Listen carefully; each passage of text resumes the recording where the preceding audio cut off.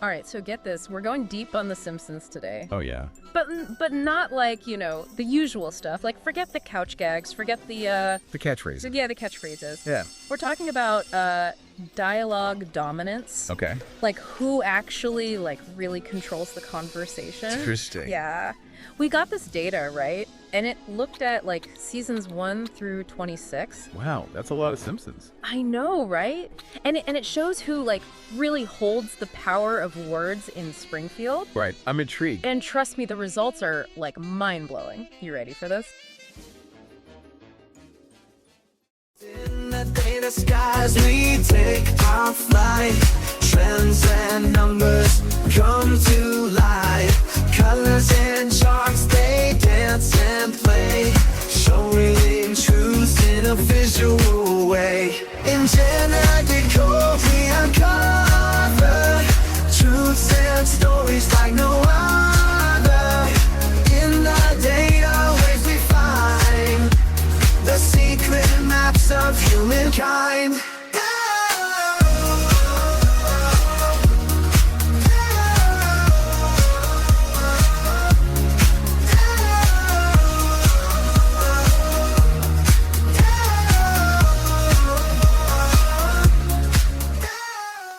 You know how we love to go beyond just watching and look at the deeper layers of these shows? Yeah. Well, this time we've got data on The Simpsons, over 1.3 million words. Oh, wow. Analyzed across 26 seasons. It's unbelievable.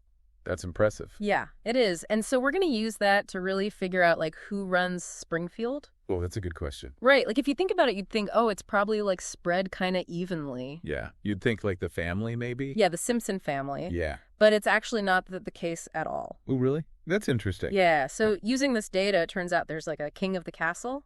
Who is it? It's Homer Simpson. Oh, wow. Yeah, he's got a whopping 21% of all spoken words. That's a lot. It is. That's more than Marge, Bart, and Lisa combined. Wow. I wouldn't have guessed that. Yeah, it's a lot. To put it in perspective, he's got almost twice as many words as Mr. Burns. Oh, wow. Okay. Who, is a pretty prominent character. Yeah, for sure. Yeah, but Homer's just dominating the conversation. That actually makes a lot of sense when you think about it. How so? Well, a lot of the episodes revolve around him. Yeah. His antics and the family's reactions to them. That's true. He's usually the source of the chaos. Right. He kind of drives a lot of the plots, Yeah, you're right. So it makes sense that he would have the most to say. Makes sense, but it's not just about Homer. Even within the family, there's a hierarchy. Oh, interesting. Yeah. So the family as a whole, the Simpsons family, claims 47% of the dialogue. Okay. But again, it's not an even split between the four of them. Oh, so there's a ranking? Yeah, there is. It's Homer and then Marge. Okay. Then Bart and then Lisa. Wow, that's it makes you wonder, does that reflect their personalities? Oh, that's a good question. Or their roles in the family? Yeah. Or maybe it's just what the writers thought was funniest. Yeah, could be all of the above. Yeah, it's fascinating. Yeah, it really is, to see how it plays out even within the family. Right, and that dynamic gets even more interesting when you look at it. Yeah. In the context of all of Springfield. Right, compared to the rest of the town. Yeah, the supporting characters, Oh, yeah, let's talk about them. Okay. So we've got the iconic Springfield residents, Mr. Burns, Moe Seislak, Principal Skinner, Ned Flanders. Yeah, they're all so great. I know, they add so much to the show. They really do all the humor and the social commentary. Absolutely. It wouldn't be the same without them. So how do they stack up in terms of dialogue? Well, their prominence in the dialogue's directly tied to their roles in the show. Okay. They often serve as what we call foils. Foils? Yeah, it means it contrast with the family members. Oh, I see. And highlight their unique traits. Okay. For example, think about Mr. Burns, his greed and power.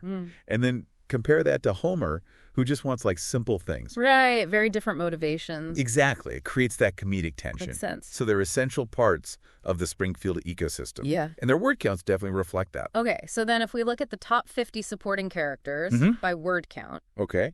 There's a pretty striking trend. What's that? It takes 14 male characters before we even reach the first female voice. Really? Yeah, Mrs. Krabappel. Wow, that's a big difference. It is. It's significant. Yeah, it really makes you think. Well, even a show as like groundbreaking and satirical as The Simpsons wasn't immune to like the gender biases of its time. It's true. It was the 90s. Yeah, and this lack of representation in the supporting cast, it makes you wonder about the portrayal of women. In Springfield in general. Yeah, in the wider community. It's a good point, and even beyond the supporting cast. Okay. The data reveals a broader gender disparity. Oh, really? Yeah, even with Marge and Lisa in the main family, female characters only account for 25% of the total dialogue. Wow. Across all 26 seasons. No. That's pretty low. It is, and if you remove the Simpsons family completely, it drops to less than 10%. Wow, that's a big gap. It is. It really highlights a gap in female representation. Yeah. Even in a show that we think of as, like, progressive. Right, exactly. Yeah, so it makes you wonder, is this just reflecting the time? That's a good question. Or is there, like, a deeper commentary at play? Right. Did the writers intend to highlight this, or was it just an unconscious bias? You know? Yeah, what do you think? It's hard to say for sure. Yeah. But it's definitely something worth thinking about. It is, and this is just the beginning. Right. We've got a lot more to unpack. I'm ready. Me too. It's like you've got this family dynamic. Yeah. You know? Yeah. And then it's set against this backdrop of Springfield. The whole town. Yeah. It's almost like the family is like a mini version of Springfield. Like a microcosm. Yeah, exactly. With its own little power struggles and stuff. And representation issues. Right. And it's not just about the main characters. You mean like Homer and the family? Yeah, and like the big supporting characters too. Okay. What about the smaller players, you know? Oh, you mean like the minor characters? Yeah, like Troy McClure, Lionel Hurts, Ralph Wiggum. Oh, I love them. They're so funny. Right. They might not have as many lines. True. But they really make an impact. Yeah, they totally do. Like, who could forget Ralph Wiggum's? Oh, yeah. My cat's breath smells like cat food. Classic.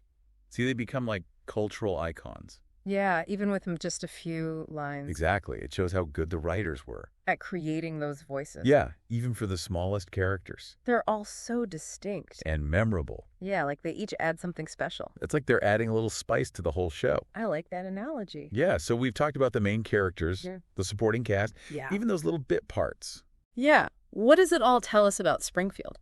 Well, first of all, The Simpsons has a clear hierarchy. Of dialogue. Yeah, it's clear who the dominant voices are. Like Homer. Right. He's at the top. And the supporting characters play their roles. Exactly. They all fit into the Springfield ecosystem. And then there's the gender disparity. Right. That's a big one. It's definitely a reflection of the time. Yeah, but it also makes you think about representation. In media in general. Like, have things changed since then? We're seeing more balanced dialogue now. It's a good question to ask. I think so. And it's not just about The Simpsons. Right. It's about all the media we consume. Yeah, books, movies, music, everything. It's made me realize I need to pay more attention.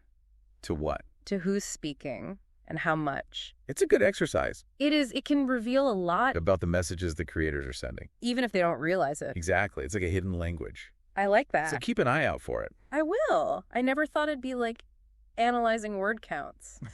But it's so fascinating. It is. You can uncover a lot. Yeah, like about the whole show. Like the themes and the dynamics. Right, exactly.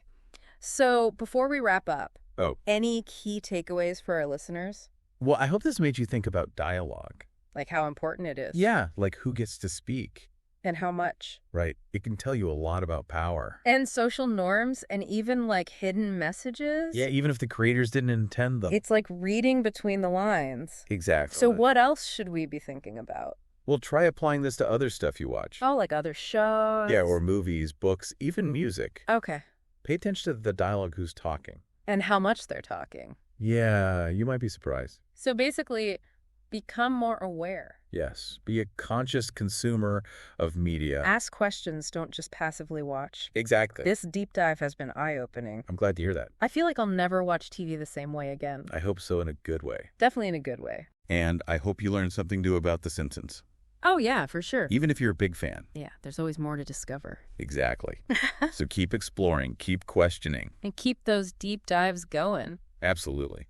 Well, that's all the time we have for today. It was fun. Yeah, thanks for joining us. Thanks for having me. Until next time, happy watching.